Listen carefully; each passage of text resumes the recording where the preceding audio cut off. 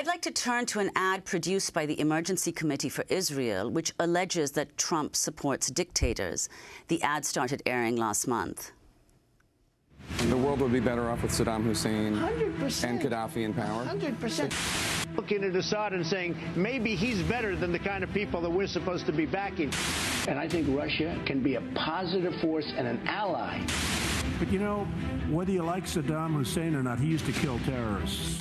Glenn Greenwald, in one of your recent articles, you suggest that Hillary Clinton has demonstrated comparable support for what you call, quote, the world's worst despots.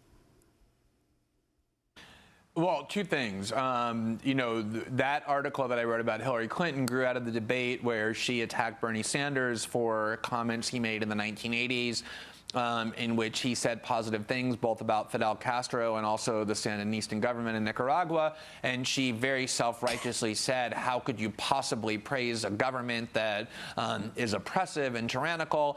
And yet, if you look at Hillary Clinton's record, not in the 1980s, but far more recently, in the last 5 to 6 years, she has embraced and expressed extreme levels of support for some of the world's most brutal and horrific dictators. She called President Mubarak of Egypt a close personal friend of her family and expressed all kinds of support for him at the time that the government of which she was a part was arming and funding him.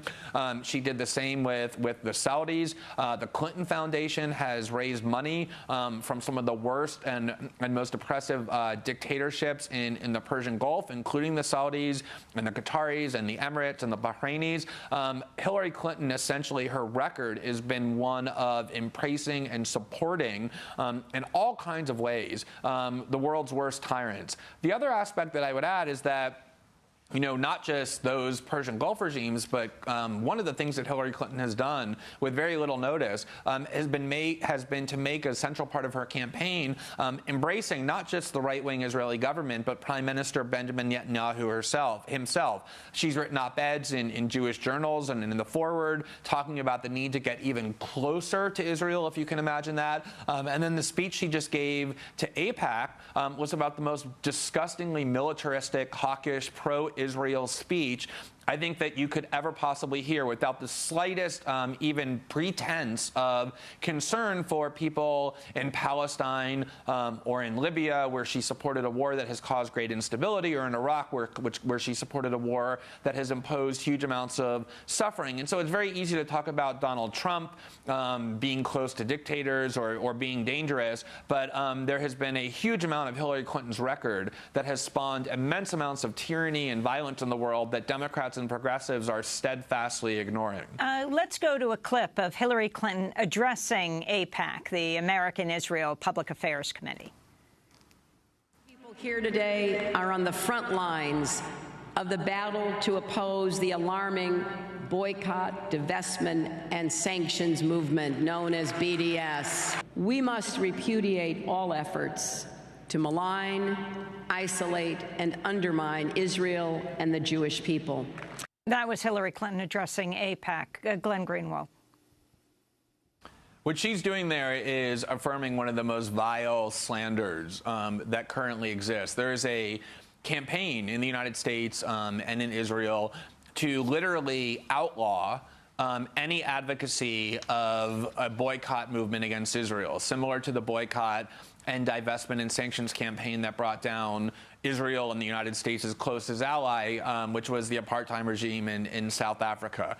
Now, you can certainly raise objections to the tactic of boycotting Israel, and lots of people have. But to render it illegal depends upon this grotesque equating of a advocacy of a boycott of Israel with anti-Semitism, and then saying that because anti-Semitism should be banned from universities or from private institutions, that it should be literally outlawed to ban advocating the boycott of Israel as well. And people in Europe are actually being arrested for advocating a boycott of Israel. Students in American universities are being sanctioned and punished for doing so. And what Hillary Clinton did was go before AIPAC and pander as grotesquely as she typically does by affirming this line that if you malign, quote unquote, the government of Israel and support a boycott of it in opposition to their decades-long occupation of the Palestinians, it means means essentially that you're guilty of maligning the Jewish people. She's conflating the government of Israel with Jews, which, ironically enough, is itself a longstanding anti-Semitic trope. But it's just part of her moving to the right in order to position herself for the general election by affirming some of the United States government's worst and most violent policies. Now, Democratic candidate Vermont Senator Bernie Sanders was the only one to skip the AIPAC conference earlier this week. He did address the issue on the campaign trail, though, from Utah, calling for an end to Israel's occupation of Palestinian territories.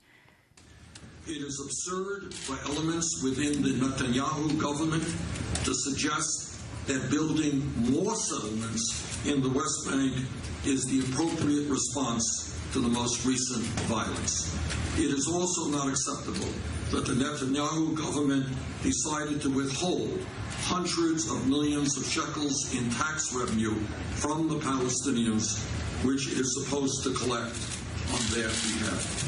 That was Bernie Sanders in Utah. Glenn Greenwald, I believe he did offer to address AIPAC by video stream or Skype, as did Romney in 2012, but we heard he was told no.